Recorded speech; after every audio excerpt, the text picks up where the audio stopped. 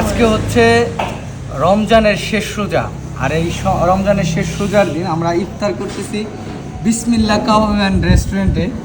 যে খেপসা আছে, গুরু দিয়ে খেপসা, তো আমরা এখানে ইফতার করতেছি। এখানে ভাইগনা আতিক আছে, আর এদিকে মাহফুজুর রহমান ভুইয়া, আর আমি শেখ সুলাইমান হোসেন, আর এইদিকে হামজা, আর এইদিকে আছে হচ্ছে মোল্লা আহসান।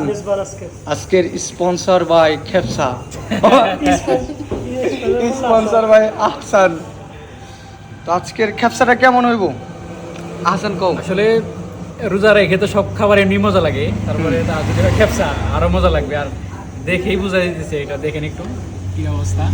কালারটা চমৎকার। হ্যাঁ, গরুর গোস্ত দিয়ে এখানে 1 কেজি গরুর গোস্ত আছে। ও কি সুলাইমান, কেমন হয়েছে খেপসা?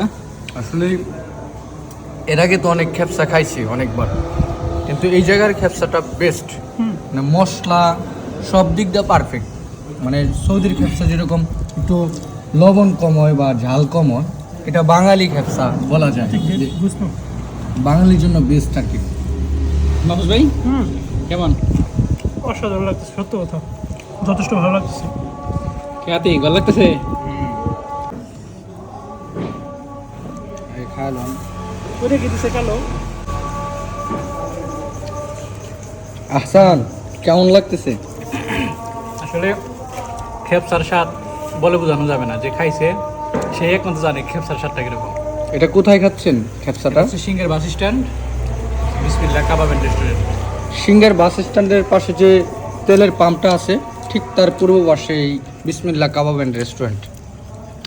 আসলে এই জায়গায় আরও স্পেশাল কিছু খাবার আছে, যেটা হচ্ছে গোস্তের সমোসা।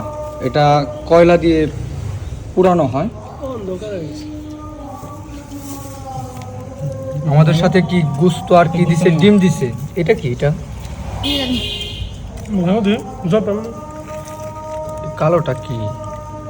এটা আসলে ইউনিক, হয়তো কোনো একটা মশলা হবে যেটা আমরা জানি না।